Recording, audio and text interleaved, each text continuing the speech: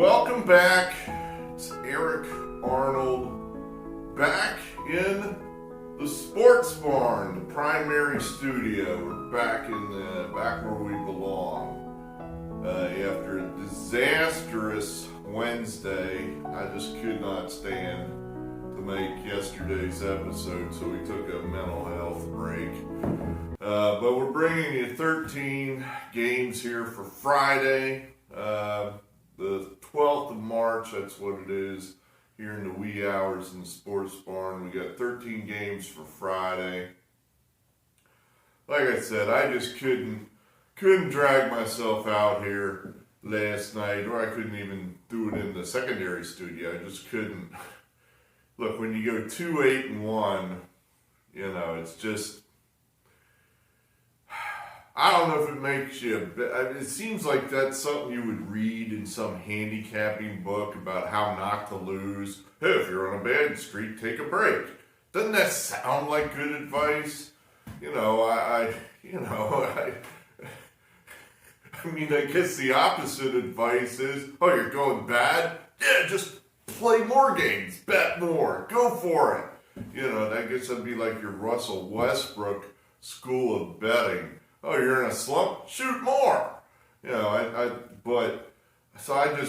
was just depressed, so I just thought, if I do an episode, it's gonna suck, and I'm not in the mood. So, you missed an episode there, so sorry. But anyway, I guess I keep forgetting I'm in the secondary studio, so I got to make space to put up my record. So we'll do it, but we'll stand here and put it there. So I don't want to rehash ancient history, and I don't even remember what half of them were. They were all damn losers. It was just, I think the only games we got right were Duke. We had that one right, and now Duke's done. Now Duke is, it just seems like, it's this year, I guess. Nothing. You had such good matchups coming up, and if you don't like Duke, like I don't like Duke, you feel robbed of your chance to knock them out. Definitively have someone knock them out. For them to just tap out on a positive test, it just feels, I don't know. In a way, it feels appropriate because they didn't want to play anyway, or at least their coach didn't. He made that pretty clear that we're all, I guess, evil Nazis for wanting to play college basketball in a pandemic, and he's the good guy. Goodbye, Coach Krzyzewski. Don't let the door hit you in the ass. So they're gone. I don't even remember the other games. Like I said, they were all losers. So, as I'm watching every game lose, I thought to myself, I don't know, I guess maybe the way we should be looking at this is all underdogs, which normally would be right up my alley. And wouldn't you know it, Wednesday was the day I had all square favorites and just got my ass destroyed by all the plucky underdogs, who normally that's where I'm at, and all these plucky underdogs kick my ass. So I'm not sure. That's kind of that's where we're at for Friday. It's like, all right, well, can't beat them, join them. Let's get with the plucky underdogs. It's been about a year now. I guess we're almost at a year anniversary of this goddamn virus. I think the world ended just about this time, this date last year. It was right around this time. And I don't know, I read something on the internet, must be true, it was on the internet, that about a quarter of the population now has had at least one vaccination shot. That's pretty close. We're close to the end here. Because I'm thinking the quarter of people that have got the shot have got to be the at-risk people. So once they're vaccinated, that's it. We don't have to do this stuff anymore. That's the term by definition, at risk. So if The at-risk people are vaccinated. The other people, by definition, are not at risk. Therefore, they can do whatever they want. That's what I'm hoping for. So, sooner rather than later, I saw Oklahoma. I think they were the latest state to say, yeah, we're opening it up, getting rid of all our restrictions.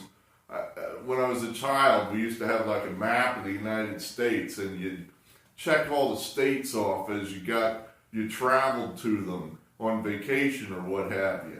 Now I mentally got a map in my head, and it's like I'm mentally checking states off where they're free. It's like, let's see, Texas, Oklahoma, Mississippi, so like, okay, places I can go on vacation now, or move to when, if I have to, if Pennsylvania never reopens. So, all right, well, let's know what you want to hear. You want to hear what the 13 picks are so you can fade them, right? Well, let's get to that then. Put them up. Here I said I was going to go with the plucky underdogs. I'm going to take Michigan here in this first game, this early Big Ten game against Maryland. I'm not enamored with the Maryland team. Michigan, they've had 2 recent losses, so I think, if I was Juwan Howard, I wouldn't want to be rolling into that tournament. I think they're still supposedly a number 1 seed. Rolling into the tournament off 3 recent losses. I just, you need to tune somebody up and start feeling good about yourselves again. So, and Maryland ain't that good. So, to me, I can't pick all underdogs. I mean, I had all favorites and get killed. So, I can't pick all underdogs. What if some favorites come in? Then I'll be, another 2-8-1. Pretty soon my winning percentage will be like 40%. So, we're going to take Michigan, lay the wood, and pray to Christ this isn't like a goddamn 60-55 game. And it probably will be. I'm probably telling you right now that this is wrong. But, Jesus Christ, I mean, oh well. They play these games now. It's almost like I read old newspapers sometimes just for fun, if that tells you, how odd I am. And you should see the scores from like the late 60s, early 70s. 1-15 to 98. The game was still 40 minutes long. There was no shot clock, no 3-pointers, and these teams routinely scored in the 90s or low, 1-0s. I guess they just didn't, nowadays they just grind, and no one will shoot the ball. I watch it sometimes. It's like pass. It's like you're open, pass. You're open, pass. Take a dribble. That's a good shot. Pass. And they just keep working the ball until it's like 2 seconds on the shot clock. I wonder. I guess they just ran and gunned more 50 years ago. As crazy as that sounds. Anyway, I'm laying 8 points. I hope to stay, Michigan doesn't have 63 points at the end of this game. If they do, we probably lost. All right. Well, Mississippi State, this is just a straight, who needs this game more play here. They just covered against Alabama recently. Played them close in a low-scoring game. Mississippi State's still in it. If they steal this game against Alabama, there's a path for them to the tournament. So I guess that's where we're at with these tournaments. It's just, does somebody have a real reason to want to win this game? Alabama doesn't need this game. They're already the regular season SEC champs. They don't need this game. Mississippi State needs this game, so we'll take them. Ohio State, Purdue. Purdue's already beaten us twice this year. I just think Ohio State wants this game more than Purdue. It's like, all right, we need to beat these guys. I don't want to go through a season where we lost 3 times to one team. So I think Ohio State is going to figure a way out to get it done this time and beat Purdue.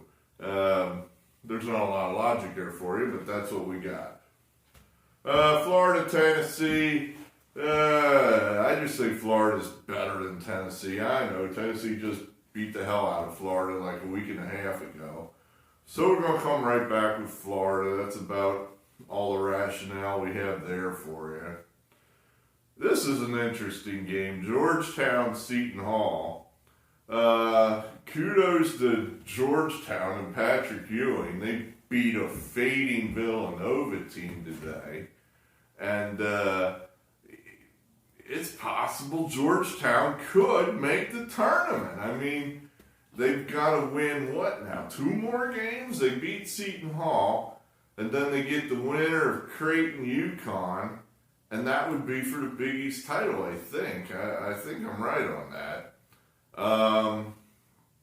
They've beaten Creighton already this year. I think they've beaten Seton Hall already this year. So Georgetown could get this game. I saw Patrick Ewing was upset that they're asking him for his ID there in Madison Square Garden. I mean, welcome to 21st century America, Patrick, where common sense is frowned upon. I mean, I guess these, who knows, it might have been like some 25-year-old kid who doesn't know who Patrick Ewing is. Maybe this kid doesn't watch sports and he has no idea. It's like, well, you seem like a pretty big man, but I need to see your ID. Don't you know who I am? No, sir. I'm studying for my my doctorate in philosophy at NYU, and I don't watch sports. So, you know, it's possible he doesn't know who he is. He probably did and just was ordered by his superiors. I don't care who it is. I don't care if Joe Biden walks in here. You need to see his ID. You know, so there you go. You got to see his ID. Anyway, we took Seton Hall just because I don't trust Georgetown. Prove it to me, Patrick. Go ahead, prove it to me. I just don't believe it. You know, he stuck it to me a lot more than he normally does this year. But these are the kind of games where either a St. John's or a Georgetown is right on the cusp of becoming relevant again. And they never get that game. They never get that game for like the last 15 years. They don't get this game. They don't get this game. Seton Hall's probably in at this point, but it's not guaranteed. Seton Hall still needs this game. I would say Seton Hall needs this game more than Georgetown does. So we're taking Seton Hall. Let's see. Where are we? ACC. You know what? Here's the rationale for this. We took Virginia because I thought we didn't have enough favorites. So I just randomly picked Virginia. I think somebody accused me of picking names out of a hat. Well, this is just basically about that. You know, we just picked this one at random to just say, you know what? We got too many underdogs and we're just going to take a favorite. And that's Virginia. So, number next. Oklahoma State, Baylor, we're getting, 9 points? I don't know. I don't think Baylor's playing that well. I don't think they have rebounded off of that layoff very well. And they're not playing that great right now. You know, the team that looks like they're playing great is Oklahoma State. You get nothing. You lose. Good day, sir. Doesn't matter what tough opponent is put in front of Oklahoma State. They play hard. They play them close. So I don't know why. I guess that'll change because we're on them. But why would it? You know, we'll just keep playing Oklahoma State. That's where we'll be here. There's another game hell with the plucky underdog, you know. Rutgers, I think, is safely in the tournament. But it wouldn't hurt to have another nice win. It would hurt them if they get trashed. Where was it? They were at Nebraska, I think. He just got beat by like 40 points. that would hurt them, I think. So to me, that might keep them interested. So if Illinois gets out to a 15-point lead, Rutgers might hang in there and play hard and try to backdoor cover and steal it at the end rather than just quit and get trashed by 30. I mean, I don't want, the committee, if I'm in that committee room and I'm looking at teams like it's like, well, here's, who was it just got blasted? Butler. Here Butler got trashed by 30 and they just beat Xavier. And Xavier's on the bubble. It's like, you just got beat by a team that got blown up by 30 points. How good could you be? So I don't want to be that team that's getting wiped out by 30. So I'm hoping Rutgers will show up. I mean, gee whiz, this game is in their backyard. Anybody that's everybody for that Rutgers team should be watching this game on TV. Normally, I would say be at the game, but of course we know that's not happening. So I'm going to say Rutgers here. Missouri, Arkansas, this is just basically a straight coaching play. I think the coach at Arkansas is good. I'm not that enamored with Conzo Martin. So we'll just go ahead and take Arkansas. They've been the hot team, so why not? Sure, do them again. Go Arkansas. This looks like an obvious in this who needs it more idea here. You got Oregon State, they're nothing special, but they've got a chance here. They could win the tournament. They could win the Pac-12 tournament. They've got Oregon in front of them. They're giving, 9 points? Oregon's a team they could beat. So if they beat them, what's left? I guess they just would have to beat USC. So I think Oregon State has a plausible chance here that they could convince themselves that let's go out and play like hell and try to steal this one, and then who knows what happens. So, these are rivals, a rivalry game. 9 points, that's a lot. So we'll take the plucky underdog. Go plucky underdogs after you hammered me. Go plucky underdogs. Except here, of course, well, I guess we have the plucky underdog. Is that right, North Carolina? Are we allowed to use those terms in the same sentence? North Carolina, they're never a plucky underdog. They're not plucky and they're not underdogs.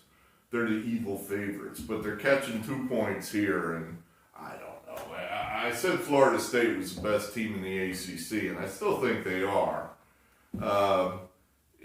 But ultimately, North Carolina's just on a roll right now. It seems like they're just blowing people out, and I don't know. I think that North Carolina's just in rhythm. Florida State's coming off a layoff. They haven't played in 5-6 days. So I'm going to take the in rhythm team here. This game ultimately means nothing to Florida State. They're already in. I think they'd like to win the ACC title, but on the other hand, I don't know it's a burning mission for them. So we'll take North Carolina. We're going here with another team on the bubble. One team solidly in, LSU, versus one team fighting to get in. Well, we're going to take the team fighting to get in. We're going to take Ole Miss and see if they can't somehow sneak in to the tournament with a win against LSU. So we'll take Ole Miss. That one feels wrong, but we're going to do it because I wouldn't know what it would be. I just don't know.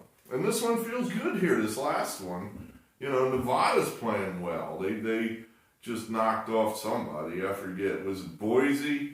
Was it them? Boise's played themselves out of the tournament. But here's Nevada, and they have a path to the tournament. It starts with beating San Diego State, though, who's already solidly in. So, I like this one. We're getting 8.5. 8.5. Nevada's playing well right now. So, there you have it. That's it. 13 games. All right, it can be worse. It could be worse than Wednesday, but statistically speaking, that's unlikely. Good Lord, we gotta get some winners here. I just cannot wait for this season to be over. I mean, I hate that. Do I want to say it like that? I feel like Rudy again. I love it. I love doing it. I love it. I'm just so good at it. I can do it, Coach. I can do it. Hey. All right, very good. Well, let's see what happens. Thanks for being here. Appreciate all the views and anyone that signed up recently. All our new subscribers. All our subscribers that haven't left us. Thanks for sticking with us. We'll try to do better. So, good, thanks, great. Boring. Another disaster. I guess we'll see you tomorrow night. Signing off.